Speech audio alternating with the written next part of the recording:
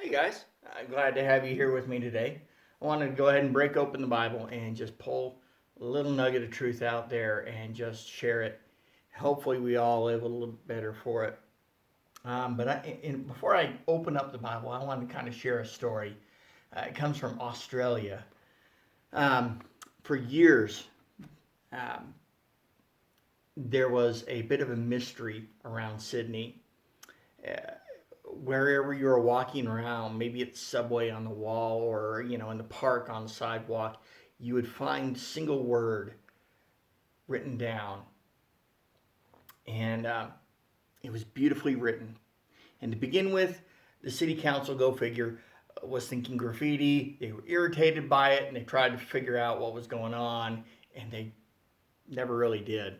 Um, Eventually, people accepted it, and then later on, people came to actually value that word written down on the ground. And so, if they were walking through the park and they saw that word written on the ground, they would step around it.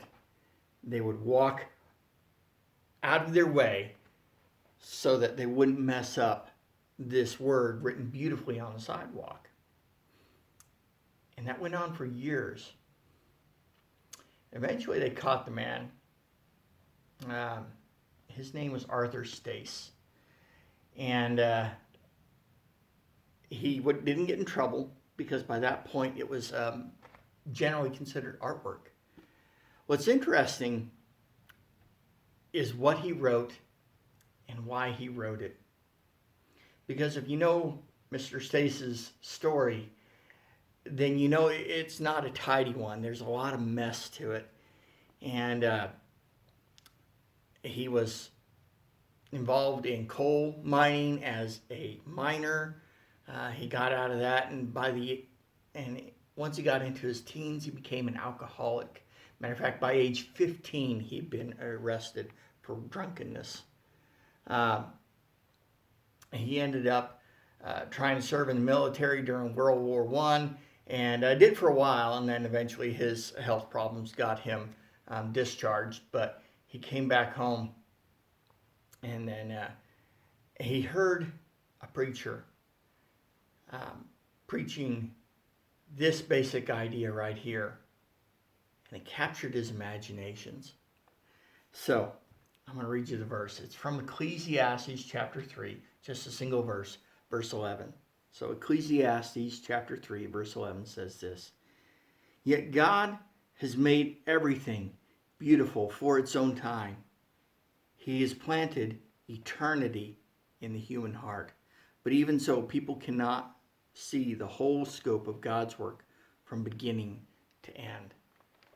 Guys, that's a beautiful thought. The idea that eternity has been put in our heart, that God has crafted every single human to hunger and to go into eternity. We all have a definite beginning when we were born, but at the point we die, it's not the end.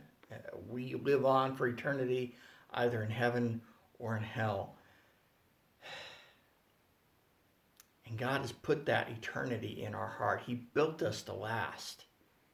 And I think we understand that on a basic level.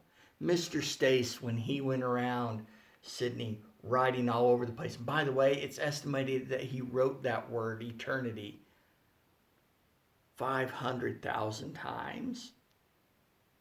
Talk about commitment. Just all over the place, wherever he was. And it became such a treasured part of Australia that they even have a little section in a museum dedicated to it there in Sydney. But at any rate, the thing is that eternity is in our hearts. And if that one word can stir our hearts towards God, it's a beautiful thing. God created us for eternity, and that's because he built us to be in relationship with him forever.